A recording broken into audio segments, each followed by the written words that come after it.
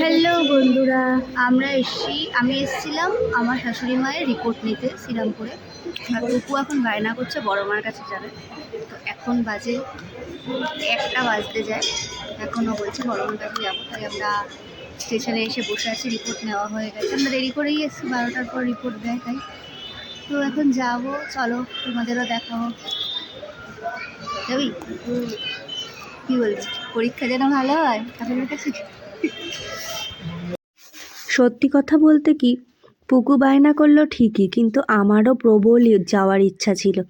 যেন মা পুকুকে একা না, আমাকেও ডাকছিল বেশ কদিন ধরে। আমার কিন্তু অনেক দিন ধরেই মনে হচ্ছিল, আমার কিছু প্রিয় মানুষকে বলেওছিলাম যে যাবে একদিন, অনেক দিন ধরে আমার ইচ্ছা করছে যেতে। যাই হোক, পুকু বলেছে, লোভটা সামলাতে পারিনি। তার মধ্যে আমরা স্নান ধান করে বেরিয়েছিলাম, এই একটা সুবিধা ছিল। ফোনে টাইম, যাই হোক, ট্রেনের টাইম দেখতে গিয়ে দেখলাম ব্যান্ডেল থেকে নৈহাটি যাওয়ার ট্রেন আসতে অনেক দেরি, প্রায় 2:45 নাগাদ। তাই ঠিক করলাম চুঁচুড়াতে নেমে যাব। শ্রীরামপুর থেকে ব্যান্ডেল লোকালে উঠে চুঁচুড়ায় নেমে গেলেই কিন্তু প্রচুর টোটো, অটো সব গাড়ি আছে। 10 টাকা করে মাত্র টিকিট, লঞ্চ ঘাটে পৌঁছে যায়। লঞ্চের টিকিট 8 টাকা করে। লঞ্চ থেকে নেমেই মন্দির, ব্যাস। আর হাঁটতে হলো না বেশি, আর অনেকক্ষণ ওয়েট করতে হলো না। লঞ্চে উঠে নামার সময় দেখলাম আমরা প্রায় 1.5 ঘন্টা হাতে সময় বাঁচিয়ে নিয়েছি। বেশ ভালোই হলো, 10-20 টাকা হয়তো খরচ হলো, কিন্তু অনেকক্ষণ যদি স্টেশনে বসেও থাকতাম তখন টুকটাক খাবারের পেছনে হয়তো চলে যেত। যাই হোক, আমি আর পুকু কিন্তু সকাল থেকে চা আর বিস্কিট খেয়ে আছি, আর ও দুধ বিস্কিট। আরও এটা একটা সুবিধা যে মায়ের পুজো দিতে গিয়ে সেরকম কিছু আমরা খাওয়া দাওয়া করিনি। যদিও মা বলেনি কিছু না খেয়ে দিয়ে আসতে, কিন্তু যাই হয় আর কি, পুজোর সময় না খেয়ে যে ব্যাপারটা, সেটা। গঙ্গার ওপর দিয়ে যাচ্ছি, এই প্রথম বড় মার কাছে গঙ্গার ওপর দিয়ে গেলাম। ছোট থেকে যতবার গেছি, আমার বাড়ির থেকে ট্রেন ধরলেই নৈহাটি স্টেশন, সেখানেই চলে যেতাম। সবার কাছে, অনেকের কাছেই এটা ভাইরাল হওয়ার পর মা বড় মা, কিন্তু আমরা তো সেই ছোট থেকেই বড় মাকে দেখে আসছি। তখন এত লাইন পড়তো না। কালী পুজোর সময় মায়ের সাথে যেতাম, অনেক বড় বড় ওখানে ঠাকুর হয়, বড় মা মেজো মা এমন পরপর পরপর থাকতো। ছোট দিয়েই ঠাকুরটা একদমই চেনা, মানে বিশেষ করে বড় মায়ের মন্দিরের পুজো।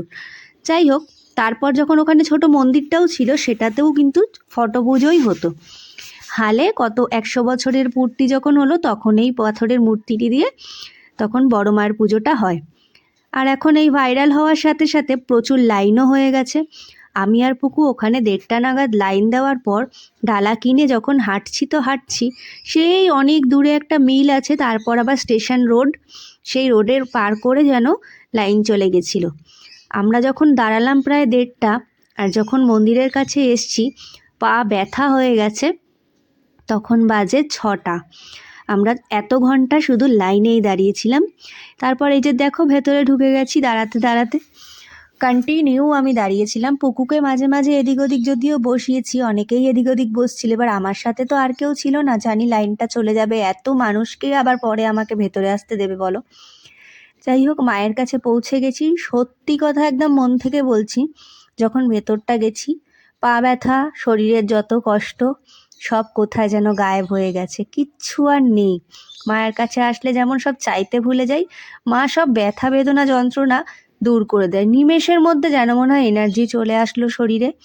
মানে মনেই হচ্ছিল না যে 4-5 ঘন্টা ওখানে, 4 ঘন্টা না, 5-5.5 ঘন্টা প্রায় আমরা লাইনে দাঁড়িয়ে এসেছি, এতটুকুও মনে হচ্ছিল না। যাই হোক, প্রচুর ভিড়, দেখতেই পাচ্ছ। 3 ভাগে এখানে পুজোটা হয়, প্রথমে 1 ভাগ চলে যায়, তারপর আর 1 ভাগ লোক যায়। তারপর আমরা ছিলাম, তারপর আমরাও সামনে থেকে গেলাম, মাকে দর্শন করলাম, মায়ের সাথে মনের সুখ দুঃখের কথা শেয়ার করলাম। পুকুও দাঁড়িয়ে নমস্কার করলো, পুকুর আর আমার দুজনেরই ইচ্ছে পূরণ হয়ে গেল।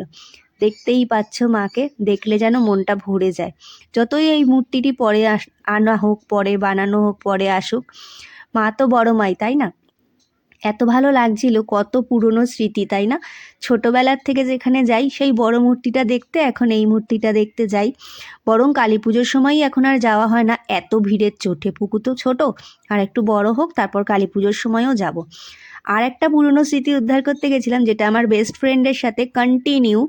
যখন আমি নৈহাটি কলেজে যেহেতু পড়েছি, যখন আসতাম আমরা এখানে রাজকেবিনের ফেমাস ফুচকা খেতাম প্রত্যেক দিন। আমি আর প্রিয়াঙ্কা যাওয়ার সময় কিন্তু এখান দিয়ে ফুচকা খেয়ে যেতাম। আজ বহু বছর, প্রায় 2011 পর বহু বছর পর এসে এখানে আবার ফুচকা খেলাম পুকুকে নিয়ে, পুকুকে খাওয়ালাম, বললাম তুই ফেমাস দোকানের ফুচকা খেলি। তোমাদের ভিডিওটা কেমন লাগলো অতি অবশ্যই জানিও।